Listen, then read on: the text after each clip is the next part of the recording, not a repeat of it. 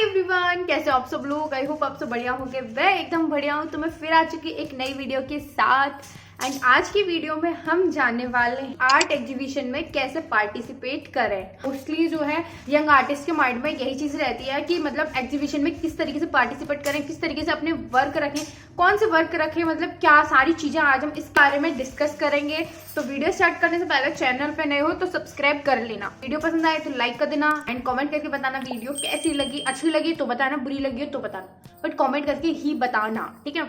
तो चलो आज की वीडियो शुरू करते हैं। अपने आर्ट वर्क को पूरी दुनिया तक पहुंचाना चाहते हैं तो ये वीडियो आपके लिए बहुत इंपॉर्टेंट है। सबसे पहले आपको ये समझना होगा कि एग्जीबिशन के कितने टाइप्स होते हैं। सबसे पहले जो एग्जीबिशन होती है वो होती है कॉलेज या फिर स्कूल लेवल की जो एग्जीबिशन है। अब बीएफए स्टूडेंट हैं तो सबसे इजी एंट्री यही होती है, क्योंकि स्कूल वगैरह में जो है स्टूडेंट्स को अलाउ किया जाता है एग्जीबिशन में पार्टिसिपेट करने के लिए, अपने वर्क को रखने के लिए।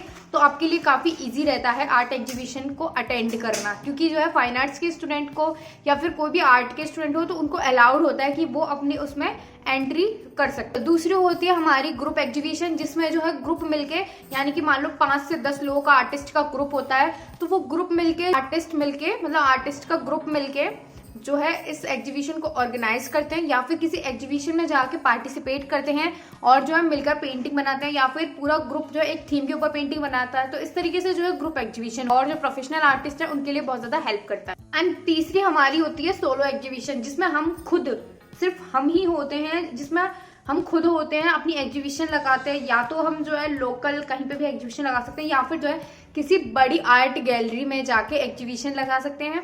उसमें जो है हम अपनी जो जितनी भी जर्नी होती है हमारी, जितनी भी जर्नी जिसपे हम अपनी पेंटिंग्स वगैरह बनाते हैं, तो वो हम उस गैलरी में लगाते हैं। बट 20 से 25 जो हमारे स्ट्रॉन्ग वर्क होते हैं, जो बहुत ही ज्यादा स्ट्रॉन्ग होते हैं, जो गैलरी के लेवल के होते हैं, तो हम उसको उन वर्क्स को उस गैलरी में अपनी एग्जीबिशन में लगाते हैं।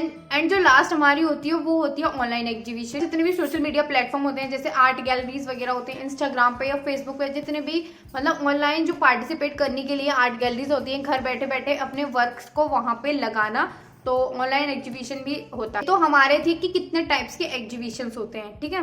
तो इसमें जो बेस्ट रहता है, मुझे लगता है कि अगर आप बिगनर हैं तो स्कूल लेवल से स्टार्ट करें तो ज्यादा सही रहता है। अगर आप स्कूल लेवल से स्टार्ट करते हैं तो आपको आइडिया हो जाता है कि किस तरीके की एग्जीबिशन में वर्क्स लगाए जाते हैं, किस तरीके से जो है उसको प्रेजेंट किया जाता है। तो ये सारी चीजें आपको स्कूल लेवल से पता चलती हैं तो ज्यादा सही रहता है। बाकी 4-5 ये इस तरीके के होते हैं, तो आप अपने अकॉर्डिंग जिस तरीके का आपका वर्क का लेवल है उसके अकॉर्डिंग आप उस एग्जीबिशन में पार्टिसिपेट कर सकते हैं। तो सवाल ये रहता है हमारा कि एग्जीबिशन मिलती कहाँ है, मतलब हमें कैसे, कहाँ से पता चले कि एग्जीबिशन कहीं पे लग रही है, या फिर मतलब कैसे कांटेक्ट करें उस एग्जीबिशन से, कैसे पता करें कहाँ पे एग्जीबिशन लगी हुई है, कौन सी लास्ट डेट है। कभी कभी ऐसा होता है कि पार्टिसिपेट करने की लास्ट डेट ही निकल जाती है, तो अगर हमें पहले से पता होगा तो हम उसमें फॉर्म फिल कर सकते हैं, पार्टिसिपेट कर सकते हैं। इंस्टाग्राम पे सबसे पहले तो इंस्टाग्राम पे सर्च करो, जैसे नगमा है या फिर जितनी भी आर्ट गैलरीज हैं वो अपने सोशल मीडिया जितने भी प्लेटफॉर्म होते हैं उन पे डालती हैं कि हाँ यहाँ पे आर्ट एग्जीबिशन लगी है। तो आप सर्च करते रहो, उनको फॉलो करो। और अगर आपको नहीं पता चल रहा तो आप हैशटैग डाल के भी सर्च कर सकते हैं, hashtag art gallery, hashtag art exhibition.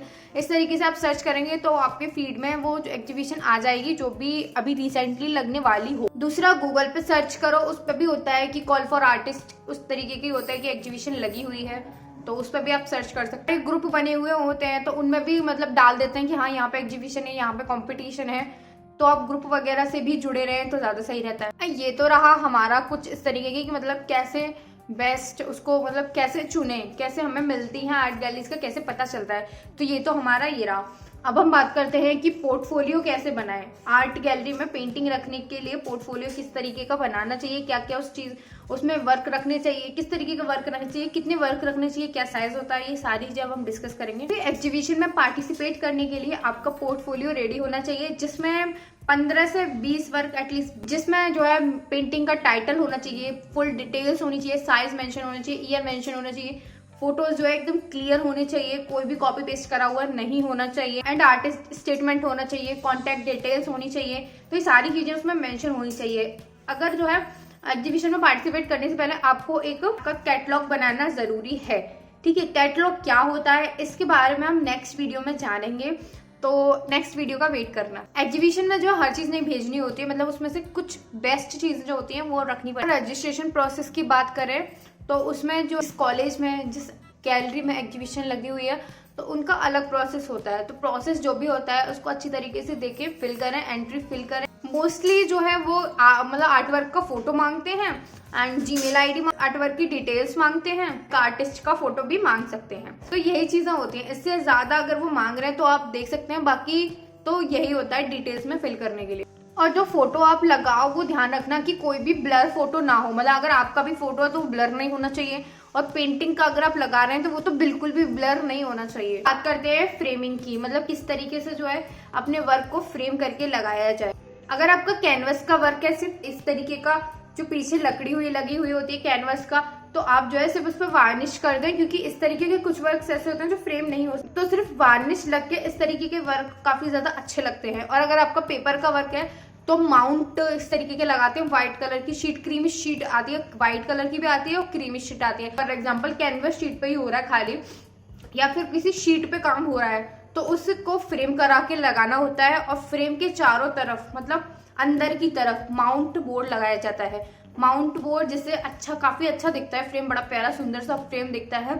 तो उससे ये रहता है कि, और अपनी पेंटिंग में आपको साइड में एक चिप चिपकानी है जिसपे आप लिख सकते हैं साइज, मीडियम, ईयर, पेंटिंग का टाइटल। अगर आप उस पेंटिंग को एज ए डिस्प्ले की तरह लगा रहे हो तो जरूरत नहीं है ये सारी चीजें मेंशन करने की। और अगर आप सेल करने के लिए लगा रहे हैं तो उस पर प्राइस भी मेंशन कर दें। तो लोगों को कैसे पता चलेगी कि सेलिंग के लिए या फिर जो है प्राइस, या फिर जो है नॉर्मल डिस्प्ले के लिए। एंड अब हम बात करते हैं कि हमारी ये सारी चीजें तो रेडी हो गई, बट जिस एग्जीबिशन में हमें पार्टिसिपेट करना है, क्या उस एग्जीबिशन से पेंटिंग्स ले जाने के लिए कोई आता है या फिर क्या? तो कुछ एग्जीबिशन जो है पेंटिंग को लाने के लिए अपना व्हीकल भेजते हैं, बट कुछ जो आपको जाके वहां पे खुद ही सबमिट करना होता है। तो सेफली लेके जाएं तो ज्यादा सही है, वरना अगर फ्रेम वगैरह टूट गया तो आपका गया फिर बस। एंड अब मैं आपको बताती हूँ कि क्या क्या गलती आपको नहीं करनी जब आप पैकिंग के लिए उसको भेज रहे हैं। तो सबसे पहली बात, जो बबल गम वाली, जो चटपट वाली जो पॉलिथीन आती है ना, उससे उसको कवर करना है पेंटिंग को, क्योंकि उससे कोई भी आपके वर्क को डैमेज नहीं होता। इवन आप कोई भी जो है आर्ट वर्क, जैसे पॉट होते हैं उनको भी लगा रहे हैं, तो अगर उनकी भी पैकिंग कर रहे हो या कोई भी क्राफ्ट का लगा रहे हो तो उसकी भी अगर पैकिंग कर रहे हो तो आपको ये चीज ध्यान रखनी है कि बबल गम वाली जो चटपट जो हमारी फ्रिज या कोई भी टीवी वगैरह नया आर्ट मटेरियल या कोई भी घर में नया सामान आता है तो उसके साथ जो पॉलिथीन आती है उस वाली पॉलिथीन का ही आपको यूज करना है, वो सेफ रहती है। एंड दूसरी बात, कॉर्नर्स पे आप जो है थर्माकोल लगा सकते हैं जिससे आपकी कॉर्नर जो है डैमेज ना हो, पेंटिंग के फ्रेम की कॉर्नर डैमेज ना हो। तो आप कॉर्नर पे कोई भी थर्माकोल जरूर लगाएं।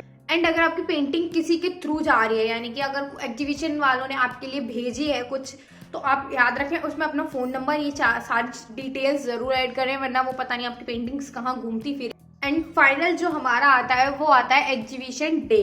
तो आप वहां पे जाइए, देखिए, लोगों से बातें करिए, अपने वर्क को एक्सप्लेन कीजिए, वहाँ पे जितने भी आर्टिस्ट हैं उनसे कांटेक्ट कीजिए, उनसे उनकी पेंटिंग्स के बारे में जानिए, तभी आप चीज़ों के बारे में जान पाएंगे कि किस तरीके से जो है आर्टिस्ट अपनी पेंटिंग के बारे में बताते हैं, किस तरीके से एग्जीबिशन में पेंटिंग्स लगाई जाती हैं, किस तरीके से वो लोग लगाते हैं, क्या मतलब सबसे बात करें, उनके बारे में जानें, उनसे पूछें, सारा डिस्कस करें। ऐसा नहीं कि आप अपनी पेंटिंग आपकी लगी हुई है एग्जीबिशन में, आप वहीं पर खड़े हैं तो 3 घंटे की या फिर पूरे दिन की एग्जीबिशन है, आप सिर्फ अपनी पेंटिंग के सामने खड़े हैं, खा पी लिया मस्त तरीके से, बट आप अभी भी वहीं खड़े हैं ना, आप किसी से बात कर रहे हैं। इतने इंट्रोवर्ट पर्सन है आप कि आप किसी से बात नहीं कर रहे, बस एग्जीबिशन में वही पेंटिंग लग गई है। एक जगह खड़े होने से कुछ नहीं होता। आप जितने भी वहाँ पे आपसे सीनियर्स हैं उनसे बात कीजिए, उन्होंने किस तरीके की पेंटिंग लगाई है, उनसे उनके वर्क के बारे में जानिए। तो ऐसा आपको करना पड़ेगा, इंट्रोवर्ट आपको छोड़ना पड़ेगा अगर आप इंट्रोवर्ट पर्सन। अब हम बात करते हैं अपने लास्ट पॉइंट की, इज इट वर्थ इट? हाँ गाइस, ये वर्थ इट है, क्योंकि एग्जीबिशन में जब आप पार्टिसिपेट करते हैं तो आपका कॉन्फिडेंस बढ़ता है, आप लोगों से कनेक्ट कर पाते हैं। अगर कोई एग्जीबिशन या फिर कुछ बाद में जो आर्ट से रिलेटेड कुछ हो रहा है तो आपको जो है इन्फॉर्मेशन मिलती है उनसे कांटेक्ट करने की, और जो है वो आपके करियर में भी हेल्प करता है। तो ये था कि आर्ट एग्जीबिशन में कैसे पार्टिसिपेट करें। तो आई होप आपको ये वीडियो हेल्पफुल लगी होगी। एंड इस वीडियो से रिलेटेड अगर आपको कोई भी डाउट है तो आप मुझे कमेंट करके बता सकते हैं। तो चलो मिलते हैं ऐसी ही इंटरेस्टिंग वीडियोस के साथ। बाय एंड सब्सक्राइब करना मत भूलना।